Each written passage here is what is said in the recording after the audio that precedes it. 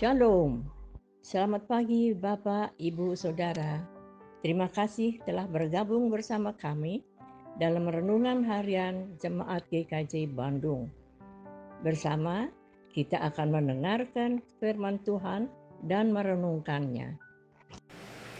Rabu 6 November 2024. Renungan harian GKJ Bandung. Selamat pagi saudara-saudara. Mari kita mengawali dengan berdoa. Ya Allah Roh Kudus, tolonglah kami supaya dapat melakukan sabda-Mu yang sebentar lagi kami dengar dan kami renungkan. Amin. Tema kita hari ini, ahli Taurat bertanya.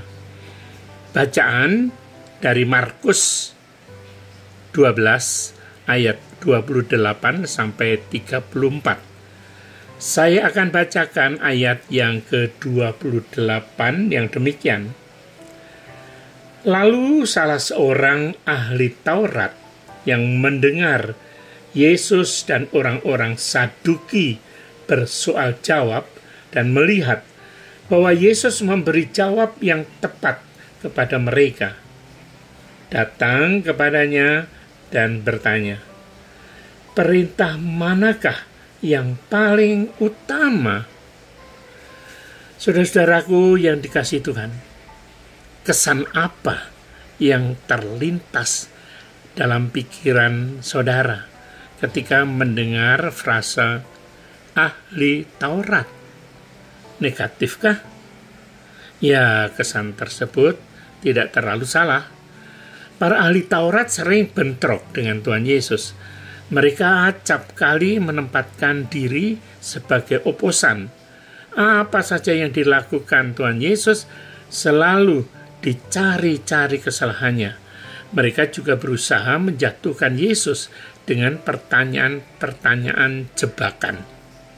Tetapi saudara-saudara, ahli Taurat yang dicatat dalam Markus 12 ayat 28 sampai 34 ini berbeda. Penulis tidak memberitahukan siapa namanya. Ketidakadanya nama itu ya mungkin memang disengaja mengingat hubungan yang kurang baik tadi. Yang penting memang bukan siapa yang berbicara, tetapi apa yang dikatakannya. Not the singer, but the song. Saudara-saudara, berbeda dari kalangannya, ahli Taurat yang satu ini mengakui Yesus sebagai narasumber. Pengakuan itu menjadi begitu penting dan bermakna. Tanpa pengakuan, pertanyaan yang diajukan menjadi tidak tulus atau sekadar mengukur kepandaian orang.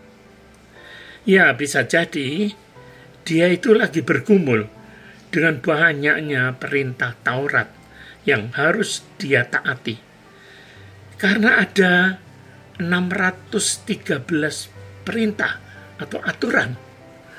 Maka, saudara-saudara, pertanyaannya adalah perintah mana yang paling utama? Ahli Taurat itu, meski bergelar ahli, ternyata masih mau bertanya. Dia tidak malu bertanya. Ini bagus. Pertanyaannya memang tidak mengada-ada. Dia juga tidak sedang menguji kepandaian Tuhan Yesus.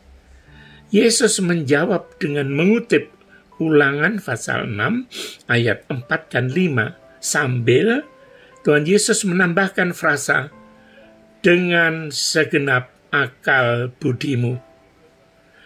Nah, saudaraku, ahli Taurat itu mengamini jawaban Tuhan Yesus. Mungkin dia sudah menduga akan jawab seperti itu. Tetapi dia sendiri merasa tidak punya wewenang mengatakannya. Sebagai perintah yang terutama, dia mengakui bahwa Tuhan Yesus mempunyai wewenang yang lebih tinggi. Karena itulah dia kemudian menyapa Yesus sebagai guru. Saudara-saudaraku, Yesus memperkenalkan Allah sebagai pribadi yang mengasihi. Karena itu manusia pun dipanggil untuk mengasihinya. Dan mengasihi Allah berbanding lurus dengan mengasihi manusia atau sesama. Artinya, semakin orang mengasihi Allah, dia akan juga semakin mengasihi manusia. Mana mungkin mengasihi Allah yang tidak kelihatan kalau dia tidak menaruh kasih kepada manusia yang kelihatan. Jadi saudara-saudara, saat ini bagi kita yang berani mengatakan kita ini mengasihi Allah, dan itu kita ucapkan tiap hari Minggu, apakah itu terbukti dalam kasih kita kepada sesama? Itu menjadi tolak ukur seberapa jauh kita mengasihi Tuhan. Amin.